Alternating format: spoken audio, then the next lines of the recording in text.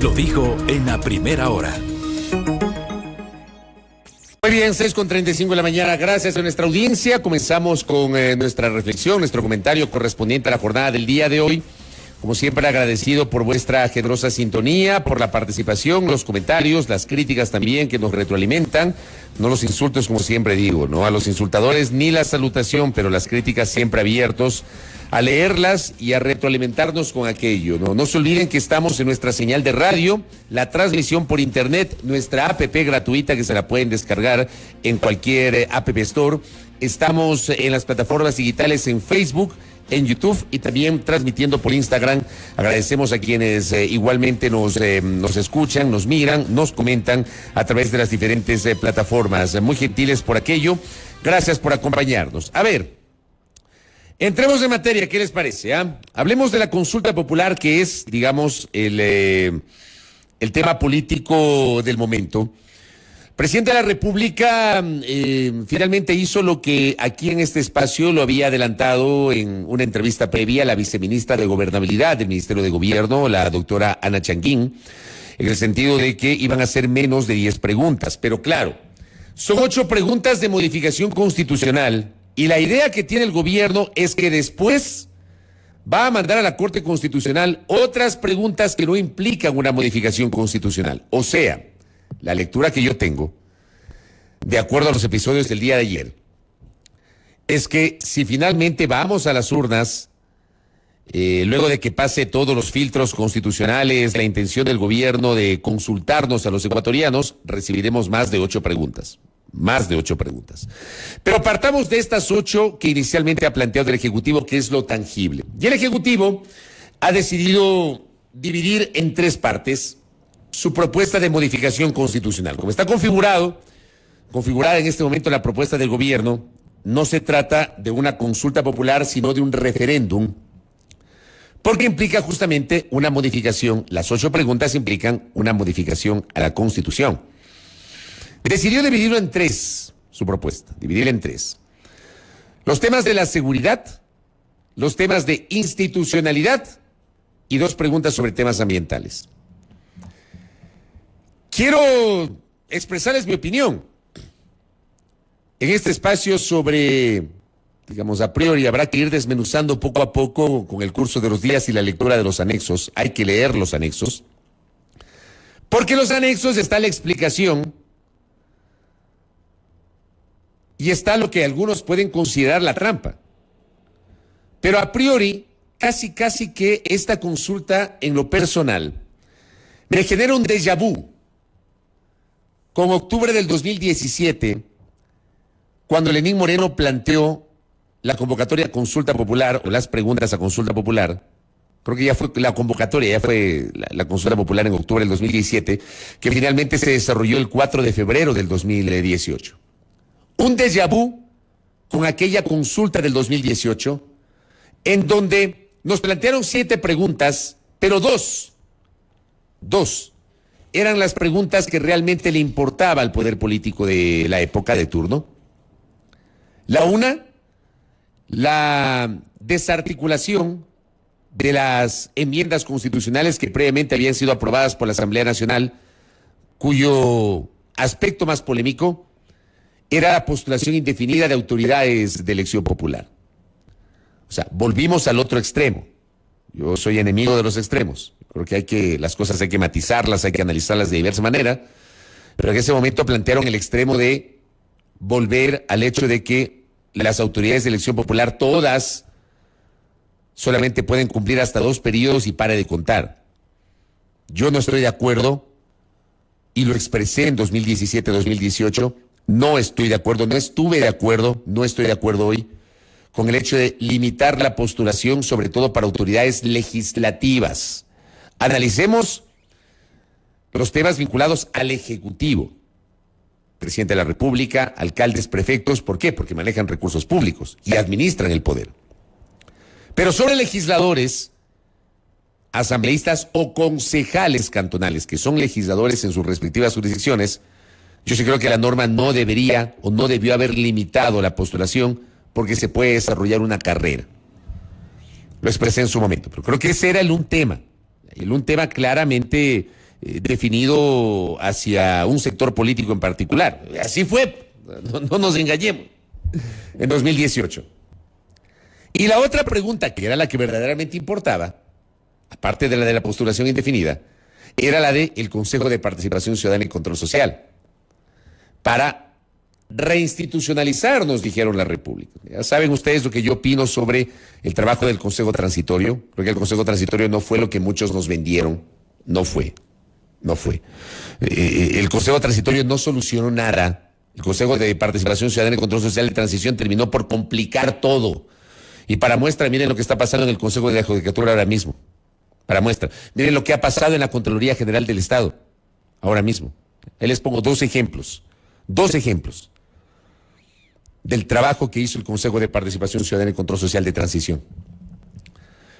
Pero de esas 7 preguntas, del denominado 7 veces sí, eran 2 las preguntas que le interesaba al poder político.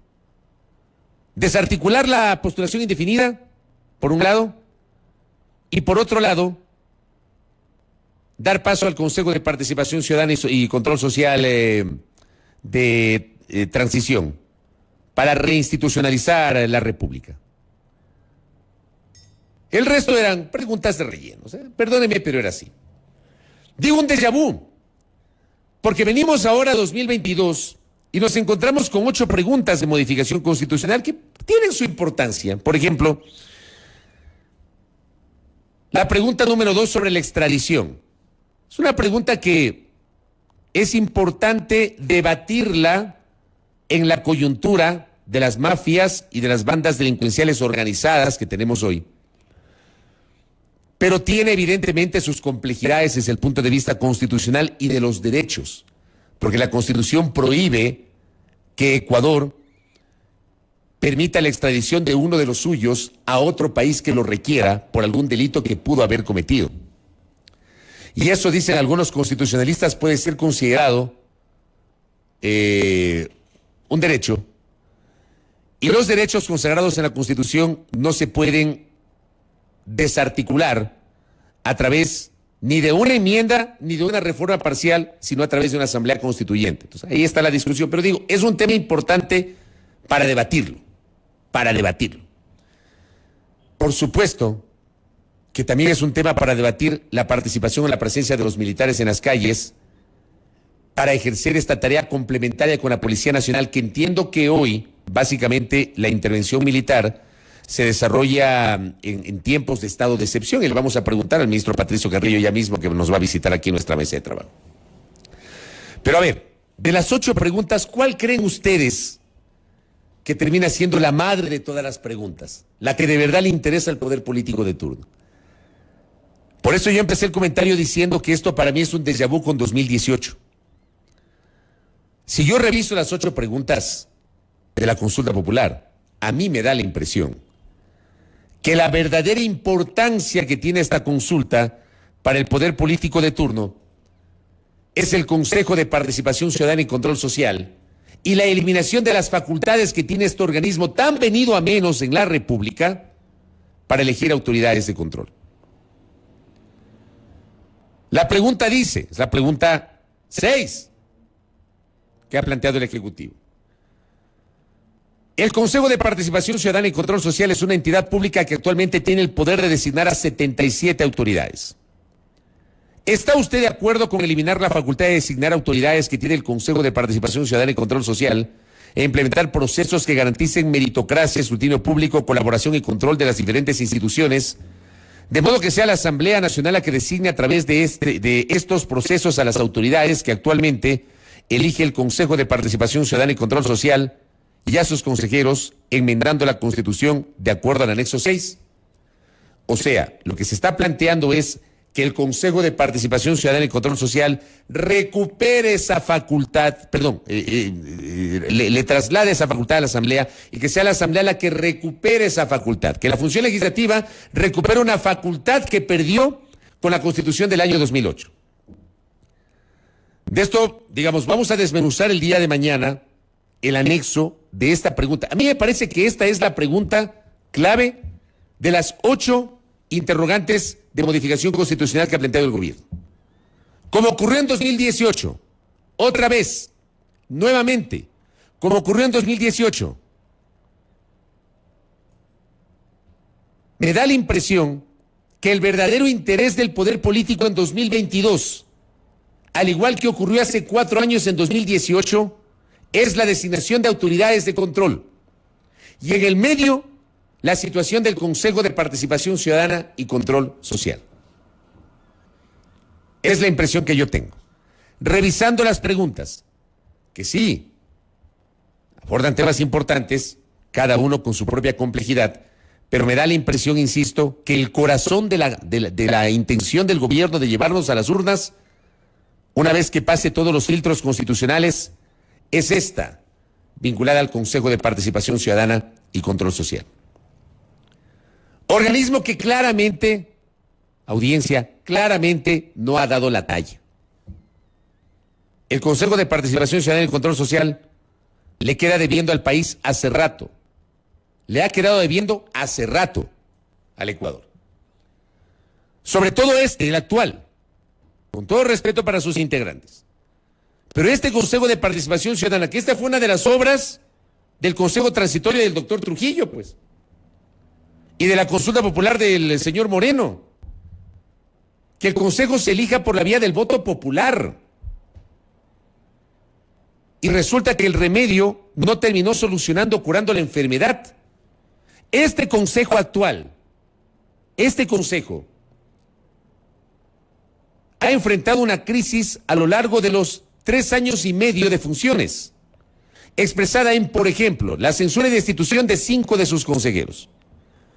4 inicialmente por la vía del juicio político. José Carlos Tuárez, Rosa Chalá, Walter Gómez, Victoria de Cientonio. Un quinto posteriormente, Cristian Cruz. 5 consejeros censurados y destituidos por la Asamblea Nacional. Se principalizaron obviamente los que les correspondía. Después tuvimos la disputa por la presidencia del organismo. Este año nomás, en febrero, la disputa por la presidencia del organismo. La destitución de la señora Sofía Almeida y la designación del doctor Hernán Ulloa. Este Consejo que no ha avanzado a la velocidad que el país necesitaba, que la coyuntura necesitaba, en la selección de autoridades de control, con los concursos que quedaron ahí, hasta el sol de hoy no arranca plenamente el concurso para designar un nuevo Contralor General del Estado. Hasta el sol de hoy. O sea, van a un paso de tortuga impresionante. Hasta el sol de hoy. No tenemos defensor del pueblo titular, no tenemos defensor público titular. El defensor público actual tiene 4 años de encargo, 4 años encargado el defensor público actual, porque el Consejo de Participación Ciudadana no designa un nuevo defensor público.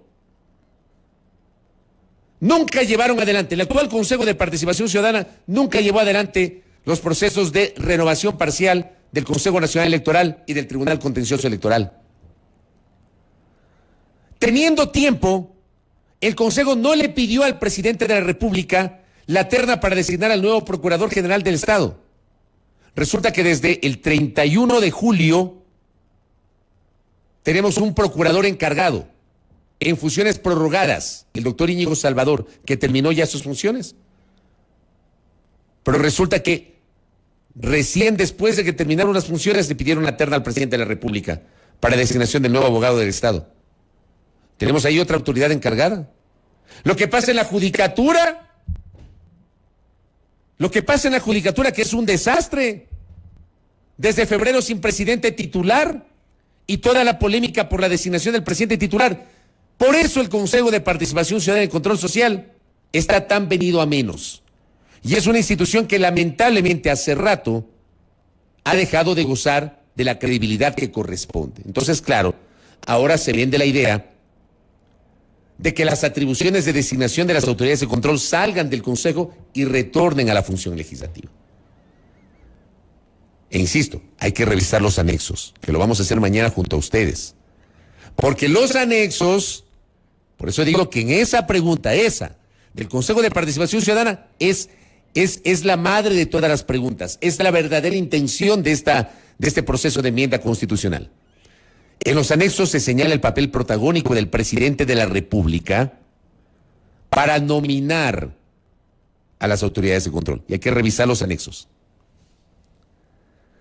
Es una pena que ese proceso que comenzó a partir de un debate muy interesante en la Constituyente de Montecristi, de ciudadanizar los procesos de selección, de que los ciudadanos nos empoderemos de la designación de las autoridades de control, nunca se haya cumplido.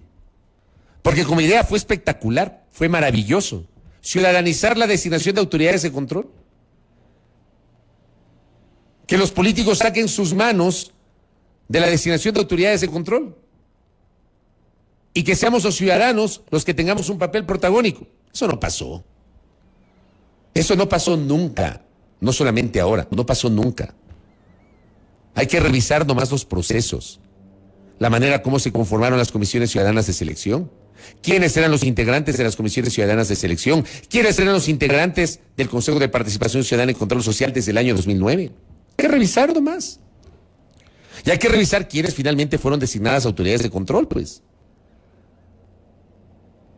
No nos engañemos. Ese consejo no ha servido.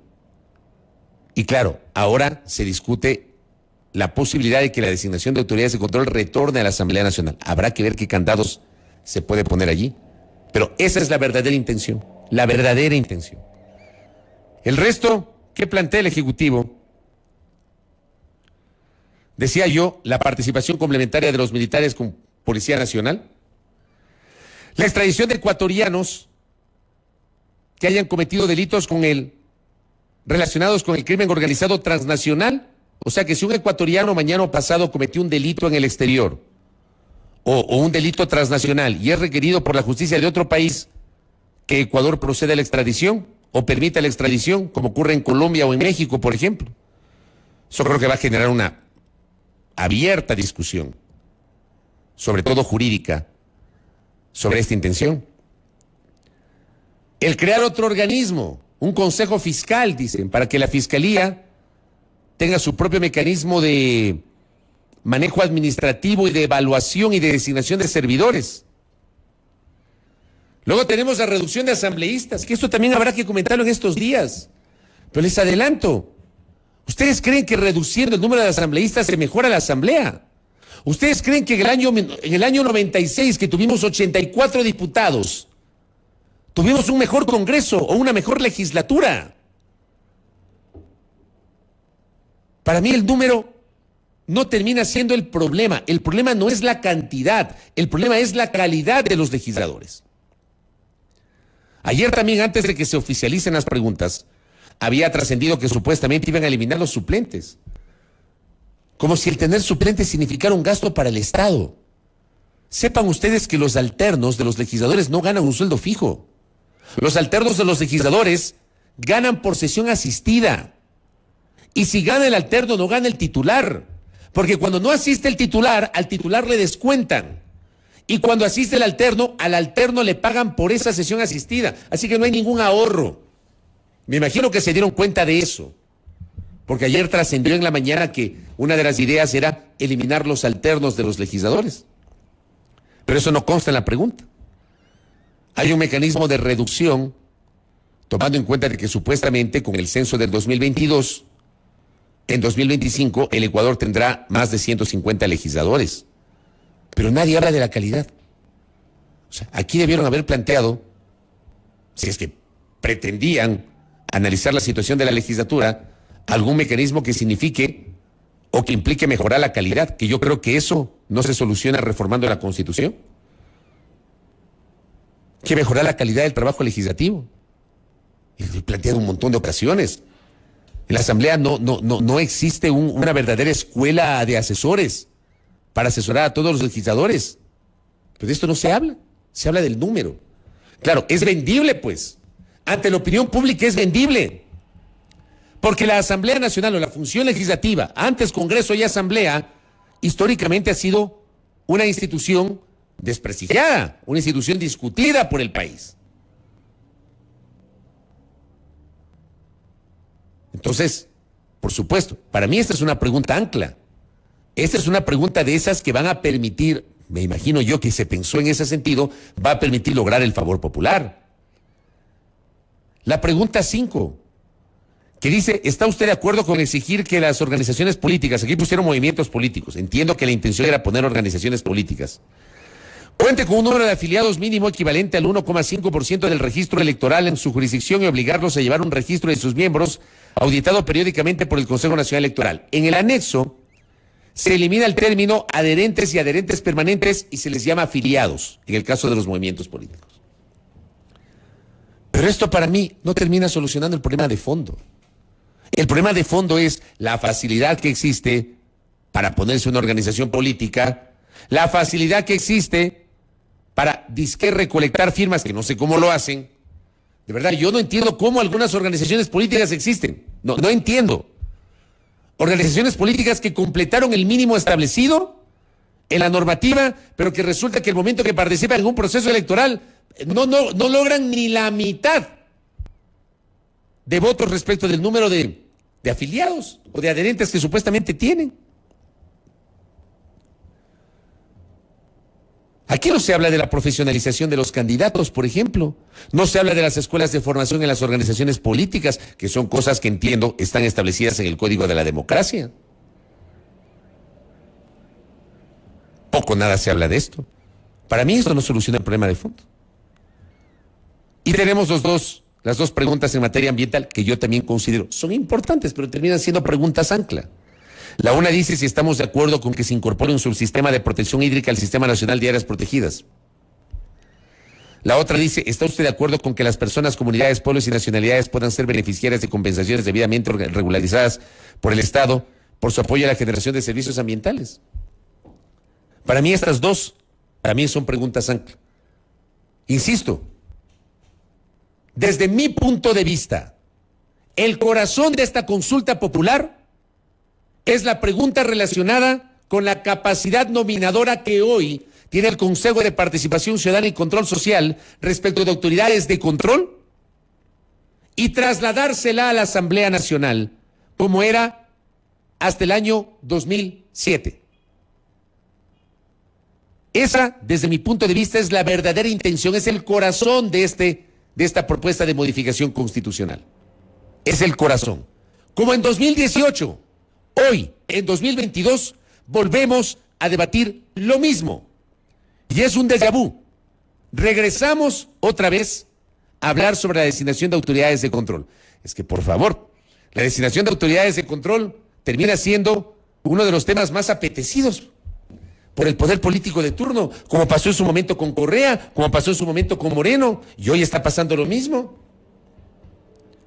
Entonces yo sí creo que sobre esto tiene que plantearse en el país un debate absolutamente serio, responsable, argumentado, sobre cuál es la verdadera intención que se pretende con esta modificación constitucional. Les dejo ahí para el debate público. Primera plana, todas las noticias, todas las voces.